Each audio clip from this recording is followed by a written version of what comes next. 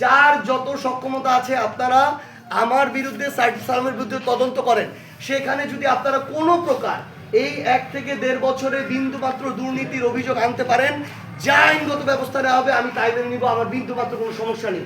আমি দেখেছি বিভিন্ন আমার পোস্টের কমেন্টে এই ধরনের একটা পোস্টার থাকে, যেই পোস্টারে আমার ছবি দেওয়া হয়, আমি নাকি ঈদের শুভেচ্ছা জানিয়েছি ছাত্রলীগের কেন্দ্রীয় কমিটির একজন হিসেবে। অথচ শুরু থেকে আজকে পর্যন্ত আমার জীবনে আমি কোনোদিন ছাত্রলীগের কেন্দ্রীয় কমিটি তো দূরের কথা, আমার বিশ্ববিদ্যালয়, আমার হল কিংবা অন্য যে কোনো ইউনিট, কোথাও আমার কোনোদিন কোনো পদ পদবি ছিল না।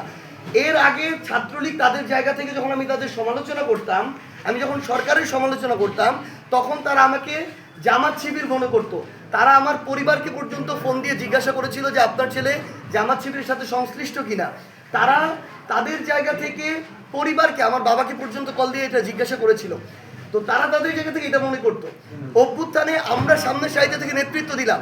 যেদিন প্রথম 8-10টা ছেলে এই অভ্যুত্থানে কিংবা এই কোটা সংস্কার আন্দোলনের প্রথম দাঁড়িয়েছিল, তার মধ্যে আমি একজন।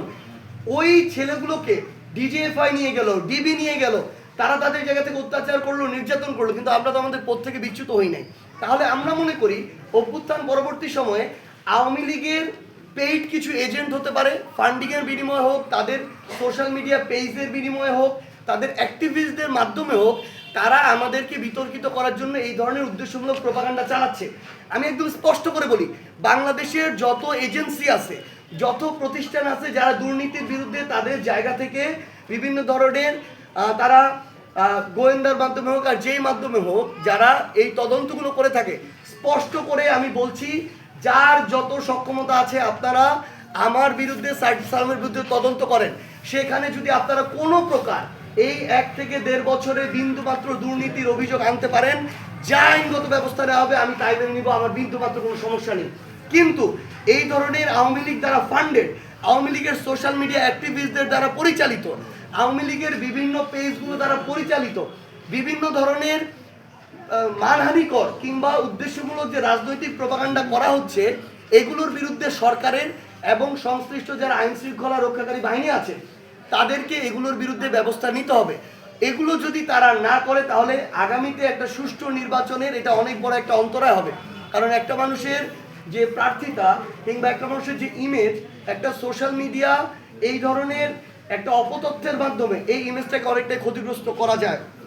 এবং সর্বশেষ আপনারা এটার একটা উদাহরণ দেখেছেন আমাদের বোন সুরভির ক্ষেত্রে।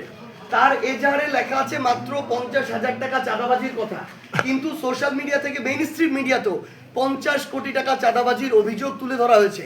একটা মানুষের আত্মসম্মান থেকে শুরু করে সমাজে মুখ দেখানোর সকল কার্যক্রম বন্ধ করে দেওয়া হয়েছে এই প্রপাগান্ডা করে, কিন্তু এজাহারে দেখা গেল মাত্র 50,000 টাকা। আবার পরে দেখা গেল সেটারও কোনো সত্যতা নেই।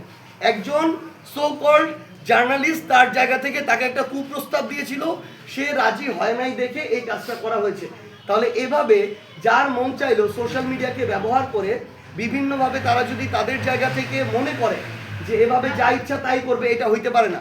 এই সরকারকে হোক, বিভিন্ন এজেন্সিকে, আইন শৃঙ্খলা রক্ষাকারী বাহিনীকে এর বিরুদ্ধে কঠোর ব্যবস্থা নিতে হবে।